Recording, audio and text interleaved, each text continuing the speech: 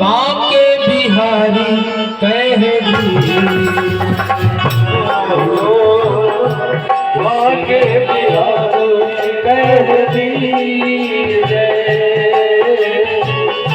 बांके बिहारी कह दीजिए मन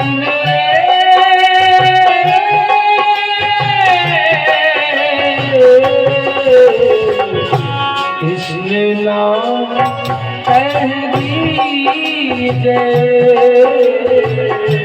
बांके बिहारी कह दीजिए।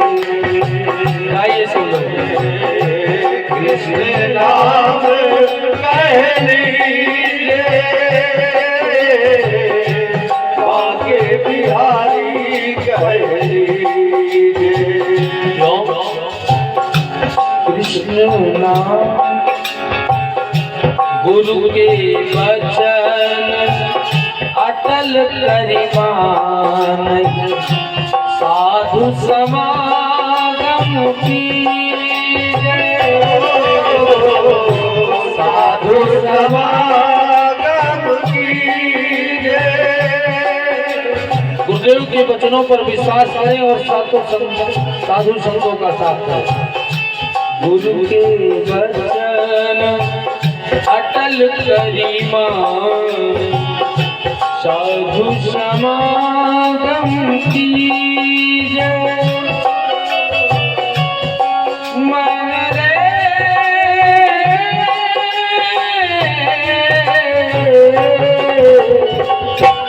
कृष्ण नाम कह दीजिए, बांके बिहारी कह दीजिए। कृष्ण नाम कह दीजिए, बांके बिहारी कह दीजिए।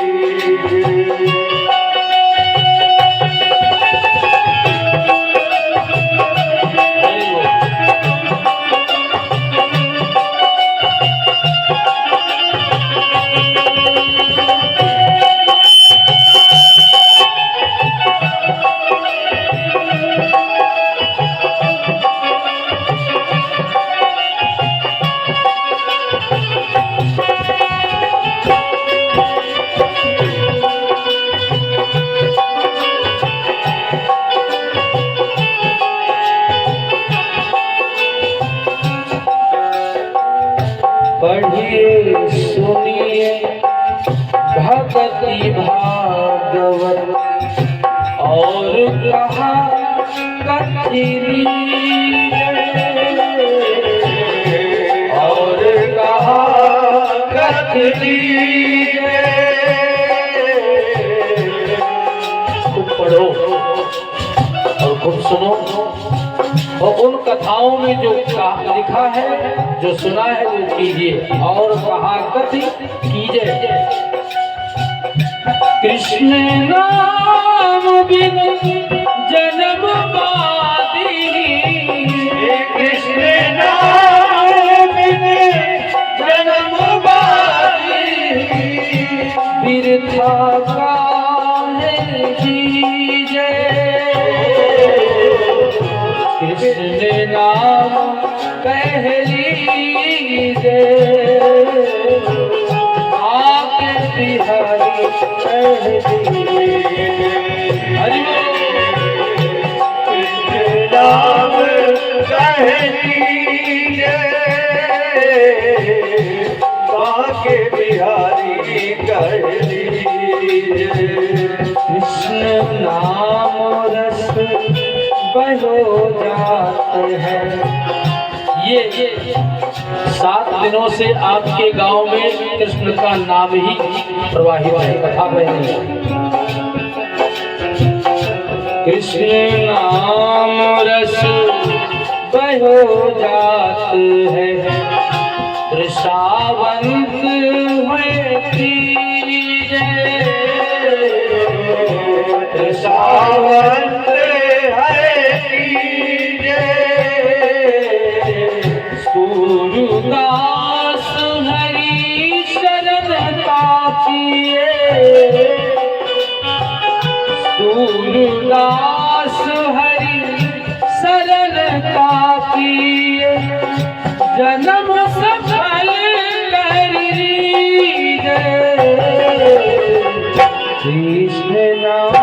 रस दीजे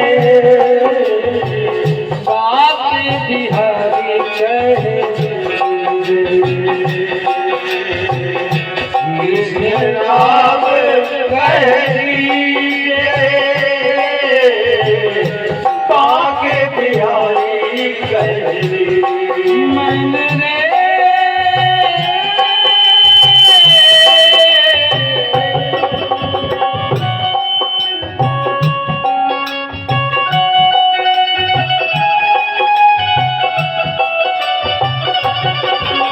मन रे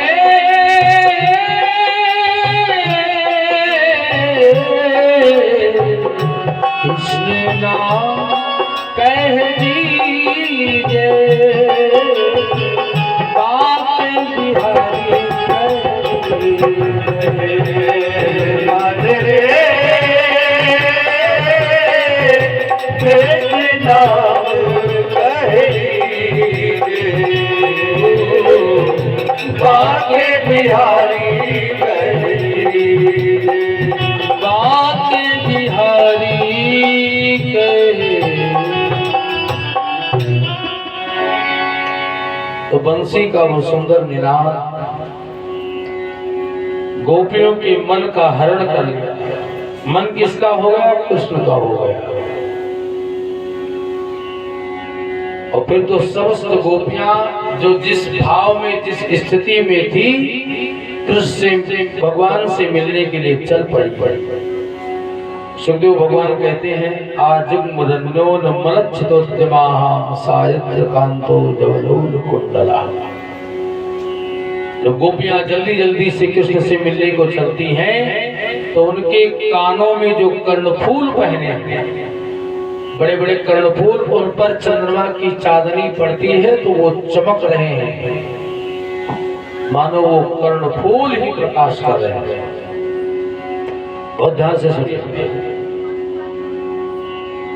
इसका अर्थ ये है, लेकिन भावार्थ क्या है? भावार्थ मतलब जो संसार के विकारों को दूर करके और कृष्ण गृहीत मानसा हो जाता है, मन कृष्ण का हो जाता है, तो ये मन बड़ा सुंदर और पवित्र हो जाता है। और फिर तो इस मन की कांत बाहर भी और बाहर भी फैलती है। इसलिए आज जुग्मरन्यो नुमल छदोद्यमा सायत्र कांतो जवलोल कुंडला। अब कोई गोपी गोदोहन कर रही है, तब तक भगवान की बंसी सुनाई पड़ी तो जहां के तहां पर दोहन बंद छोड़ करके कृष्ण से मिलने चल पड़ी। दोहन तो अभिययु कश्चित काश्चित दोहाम हित्वा समस्वकाः पयोनिसृता संयावत मनुद्वास्या पराययुः। कोई गोपी दूध को गर्म कर रही थी तो दूध निकल करके अपने आप बाहर उफान मारा, बह चला। गोपी संभालने चली, तब तक भगवान की बांसुरी सुनाई दी। महाराज फिर तो गोपी दूध छोड़ करके भगवान से मिलने चली पड़ी। कोई गोपी अपने बच्चे को परिवेशयन्त्या तद्धित्वा पाययन्त्या शिशून् पया। कहते कोई गोपी अपने शिशु को, अपने बालक को स्तन्यपान करा रही थी, पयोधरों को। बालक उसका तृप्त तो नहीं था, भूखा रो रहा था, चिल्ला रहा था, लेकिन गोपी ने भगवान की बंसी को सुना तो गोविंद से मिलने को चल पड़ी। फिर किसका बालक कौन क्या? कोई गोपी अपने पति देव को भोजन पवा रही है।